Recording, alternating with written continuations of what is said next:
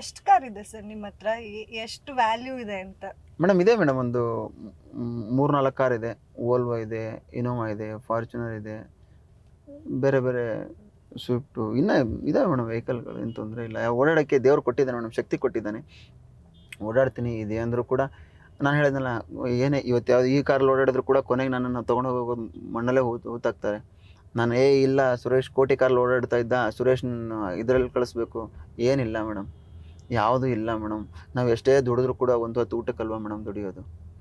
ಊಟ ನೆಮ್ಮದಿಯಾಗಿ ತಿನ್ನಬೇಕು. ಇವಾಗ ನಾನು ಹೇಳಿದ್ರೆ ಬಿಗ್ ಬಾಸ್ ಮನೆಯಿಂದ ಕಲ್ಕೊಂಡ್ಬಿಟ್ಟಿರೋದು ಅದನ್ನು. ಆ್ಯಕ್ಚುಲಿ ಸುದೀಪ್ ಸರ್ ನನಗೆ ಯಾವಾಗಲೂ ಹೇಳೋರು, ಸೂರಿ ಎಷ್ಟು ಚೆಂದ ಕಾಣಿಸ್ತಿದ್ದಿಲ್ಲ ಸೂರಿ ಅಂತ ಹೇಳೋರು. ಅವ್ರಿಗೆ ಕಣ್ಣಿಗೆ ಕಾಣಿಸೋ ಚಂದವಾಗೇ ಇರೋಕ್ಕೆ ಇಷ್ಟಪಡ್ತೀನಿ ಸರ್. ಹಾಗೆ ಸುದೀಪ್ ಸರ್ ಅವರು ಹೋಸ್ಟ್ ಮಾಡ್ತಾ ಇರೋ ಕೊನೆ ಸೀಸನ್ನು ಈ ಬಿಗ್ ಬಾಸ್ 11, ಇದ್ರ ಬಗ್ಗೆ ಏನು ಹೇಳ್ತೀರಾ? ಅವರು ನಮ್ಮ ಕನ್ನಡದ ಆಸ್ತಿ. ಅವ್ರು ಯಾವತ್ತೂ ಕೂಡ ನನಗೆ ಪರ್ಟಿಕ್ಯುಲರ್ಲಿ ದೇವರವರು. ಅವರಿಗೆ ದೇವ್ರ ಸ್ಥಾನ ಇಲ್ಲೇ ಕೊಟ್ಟಿದ್ದೀವಿ. ಆ ದೇವ್ರು ಯಾವತ್ತೂ ಇಲ್ಲೇ ಇರ್ತಾರೆ. ಅವ್ರು ಏನೇ ಹೇಳಿದ್ರು ಕೂಡ ಅದನ್ನು ತುಂಬ ಪಾಸಿಟಿವ್ ಆಗಿ ತೊಗೊಂಡಿದ್ದೀನಿ, ತುಂಬ ಪ್ರೀತಿಯಿಂದ ತೊಗೊಂಡಿದ್ದೀನಿ. ಅವರು ಹೇಳಿರೋಂಥ ವರ್ಡ್ಗಳನ್ನ ತುಂಬ ಕಲ್ತಿದ್ದೀನಿ. ಹೇಗಿರಬೇಕು, ಸುದೀಪ್ ಸರ್ ಹೇಗೆ ಸಿಂಪಲ್ಲಾಗಿ ಜೀವನ ಮಾಡ್ತಾ ಇದ್ದಾರೆ ಅನ್ನೋದನ್ನು ಅವರನ್ನು ನೋಡಿ ಕಲ್ತಿದ್ದೀನಿ. ಅಷ್ಟೇ ಸಿಂಪಲ್ಲಾಗಿ ಇನ್ಮೇಲಿಂದ ಜೀವನ ಮಾಡಬೇಕಂತ ಅಂದ್ಕೊಂಡಿದ್ದೀನಿ ಮೇಡಮ್. ಸರ್, ನಂದು ಒಂದು ಕ್ಯೂರಿಯಾಸಿಟಿ ಪ್ರಶ್ನೆ ಸರ್. ನೀವು ಫುಲ್ ಮೈ ತುಂಬ ಚಿನ್ನ ಹಾಕೊಂಡೆಲ್ಲ ಓಡಾಡ್ತೀರಲ್ವಾ? ಹಾಗೆ ನಿಮ್ಮ ಫ್ಯಾಮಿಲಿ ಮೆಂಬರ್ಸು ಹಾಗೆ ಅಷ್ಟೇ ಚಿನ್ನ ಹಾಕೊಂಡು ಓಡಾಡ್ತಾರಾ, ಇಲ್ಲ ತುಂಬ ಸಿಂಪಲ್? ಇಲ್ಲ ಮೇಡಮ್, ಅವ್ರಿಗೆ ಎಲ್ರಿಗೂ ನಾನೇನು ಹೇಳೋದು ಗೊತ್ತಾ, ಎಲ್ರಿಗೂ ಅದು ಇರಲ್ಲ ಮೇಡಮ್. ನನಗೂ ಇಷ್ಟು ದಿವಸ ಹಂಗೆ ಇರಬೇಕು ಅಂತ ಇದ್ದೆ. ನಾನು ಬದಲಾವಣೆ ಆದೆ. ಜೀವನದಲ್ಲಿ ಬದಲಾವಣೆಯ ಪ್ರಮುಖ ಘಟ್ಟ ಅಂತಾರೆ ಜೀವನದಲ್ಲಿ. ನಾನು ಬದಲು ಮಾಡ್ಕೊಂಡಿದ್ದೀನಿ. ಇವಾಗ ನೋಡೋಣ ಈ ಬದಲಾವಣೆ ಹೇಗಿರುತ್ತೆ ಅಂತ ಹೇಳ್ಬಿಟ್ಟು. ಚಾಪ್ಟರ್ 1 ನೋಡಾಯಿತು, ಚಾಪ್ಟರ್ 2 ಹೇಗಿರುತ್ತೆ ಅಂತ ನೋಡೋಣ. ಚಾಪ್ಟರ್ 2 ಆದಾಗ ನೀವು ನಮಗೆ ಹೇಳಿ ಸರ್, ಹೇಗಿದೆ ಅನುಭವ ಅಂತ ಹೇಳಿ. ಒಂದಿರುತ್ತೆ after big boss before big boss ಅಂತ ಒಂದು ಫೇಸ್ ಇರುತ್ತೆ ಎಲ್ಲರಿಗೂ. ಮುಂಚೆ ಜೀವನಕ್ಕೂ ಈಗಿನ ಜೀವನಕ್ಕೂ ಎಷ್ಟು ಡಿಫ್ರೆನ್ಸ್ ಇದೆ, ಏನೆಲ್ಲ ಡಿಫ್ರೆನ್ಸ್ ಇದೆ? ನಮ್ಗೆ ತುಂಬ ಡಿಫ್ರೆನ್ಸ್ ಇದೆ ಮೇಡಮ್.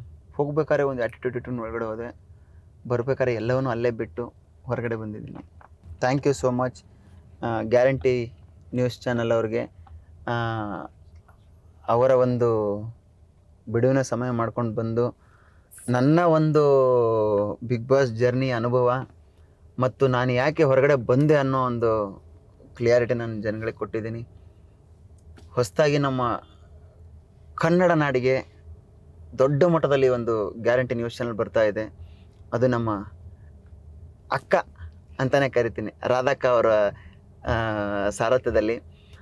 ರಾಧಕ್ಕ ಅವರಿಗೆ ಒಳ್ಳೆಯದಾಗಲಿ, ಅವ್ರ ಚಾನಲ್ ತುಂಬ ದೊಡ್ಡ ಮಟ್ಟಕ್ಕೆ ಬೆಳೀಲಿ, ದೊಡ್ಡ ಸಕ್ಸಸ್ ಕಾಣಲಿ ಅಂತ ಹೇಳ್ತಾ ಧನ್ಯವಾದಗಳು ಎಲ್ರಿಗೂ. ನಮಸ್ಕಾರ. Thank you sir, thank you so much ನಿಮ್ಮ ಟೈಮ್ ಕೊಟ್ಟಿದ್ದಕ್ಕೆ, ಸಾಕಷ್ಟು ವಿಷಯಗಳನ್ನು ನಮ್ಮ ಹತ್ರ ಹೇಳ್ಕೊಂಡಿದ್ದಕ್ಕೆ.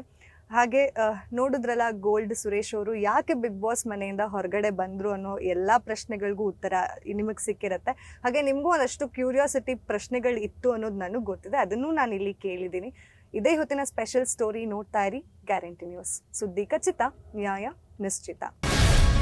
ಗ್ಯಾರಂಟಿ ನ್ಯೂಸ್, ಸುದ್ದಿ ಖಚಿತ, ನ್ಯಾಯ ನಿಶ್ಚಿತ.